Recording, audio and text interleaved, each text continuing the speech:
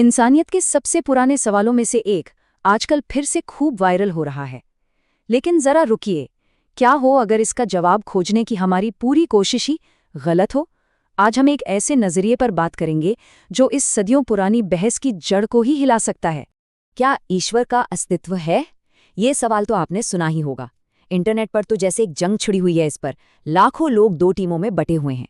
और ये दिखाता है कि आज भी इस टेक सेवी दुनिया में भी ये सवाल हमारे लिए कितना गहरा मतलब रखता है। लेकिन कहानी में एक बहुत बड़ा ट्विस्ट है। क्या हो अगर हम सब एक गलत सवाल के पीछे भाग रहे हो? आज की हमारी ये पूरी पड़ताल इसी आइडिया पर टिकी है कि असली प्रॉब्लम जवाब में नहीं बल्कि खुद सवाल में ही छिपी हुई है। तो चलिए इस सवाल का जरा पोस्टमार्टम करते हैं।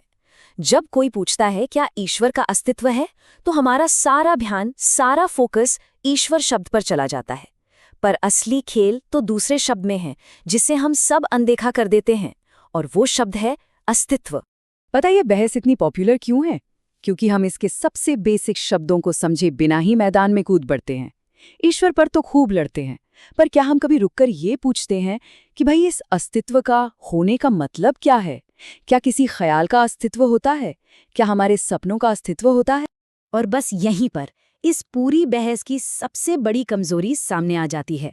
ये एक ऐसी लड़ाई है जो खोखली जमीन पर लड़ी जा रही है, और ऐसी लड़ाई में जीत किसी की नहीं हो सकती। इसे ऐसे समझिए जैसे हवा में दौड़ लगाना। जोर बहुत लग रहा है, बहस खूब हो रही है, पर नतीजा जीरो।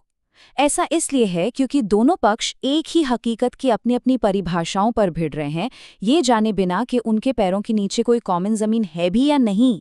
इस फिलॉसफिकल शॉर्टकट को तात्विक बेईमानी कह सकते हैं। देखिए, हम दुनिया को हमेशा दो हिस्सों में देखते हैं। एक तरफ मैं हूं जो देख रहा है, और दूसरी तरफ बाकी सारी दुनिया जिसे देखा जा रहा है।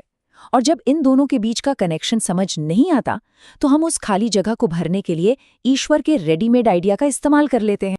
अच्छा, अब यहाँ से चीजें और भी दिलचस्प होने वाली हैं। वेदांत फिलॉसफी हमें दो ऐसे शब्द देती है जो इस पूरी बहस का नजरिया ही बदल सकते हैं। इस फर्क को समझना बहुत जरूरी है। एक होता है ईश्वरवादी।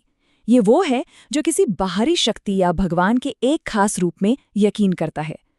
लेकिन वेदांत के हिसाब से एक आस्तिक वो है जिसका अल्टीमेट कमिटमेंट किसी विश्वास से नहीं बल्कि खुद सत्य की खोज से है। वो एक खोजी है। अब ये सुनने में थोड़ा उल्टा लग सकता है, पर इसका मतलब बहुत गहरा है। सोचिए, अगर कोई किसी एक विश्वास या धारणा को कसकर पकड़ ले, तो वो नए सच के लिए खुला कैसे रह सकता है? इस लिहाज से एक धारणा से बंधा हुआ इंसान असल में सत्य का खोजी हो ही नहीं सकता। चलिए अब आते हैं इस पूरे तर्क के क्लाइमैक्स पर। एक ऐसी बुनियादी मान्यता है जिस पर ईश्वर को मानने वाले और ना मानने वाले दोनों ही टिके हुए हैं, और उन्हें इस बात का एहसास तक नहीं है। तो जरा सोचिए, वो कौन सी एक चीज हो सकती है जिस पर एक कट्टर आस्तिक और एक कट्टर नास्तिक दोनों ही आंख बंद करके सहमत होते हैं? देखिए, बहस की सतह पर क्या है, पुनर्जन्म होता है या नहीं होता। लेकिन इस बहस की नींव में एक छुपा हुआ अग्रीमेंट है। दोनों ही पक्ष बिना कोई सवाल किए ये मानकर चलते हैं कि एक ठोस मैं है, एक अहंकार है, जिसका या तो पुनर्जन्म होगा या नहीं होगा। इसी कॉमन और बिना जांचे परखी धारणा को पहला अंधविश्वास कहा गया है। असली मुद्दा ईश्वर का नहीं है। असली मुद्दा तो ये मान लेना है कि एक परमानेंट मैं है। इस पूरी बहस की असली जड़ यही है। तो ठीक है, प्रॉब्लम तो समझ आ गई, पर अब इसका हल क्या है? सही स्ट्रैटेजी क्या होनी चाहिए? हल ये नहीं है कि जवाब दें, हल है कि सवाल को ही भंग कर दें, उसे डिसॉल्व कर दें। इसके 3 कदम हैं। पहला, सवाल की नींव को पहचानिए। दूसरा, उस नींव में जो मान्यताएं छिपी हैं उन पर सवाल उठाइए। और तीसरा, आप पाएंगे कि जवाब देने की जरूरत ही नहीं पड़ेगी, सवाल खुद ही बेमानी हो जाए। तो यहाँ सबसे बड़ी बात यह है कि असली जवाब कोई उत्तर नहीं होता। असली जवाब वो समझ है जो उस कन्फ्यूजन को ही खत्म कर दे जिससे सवाल पैदा हुआ था। मकसद बहस जीतना नहीं है, मकसद उस उलझन को ही सुलझा देना है।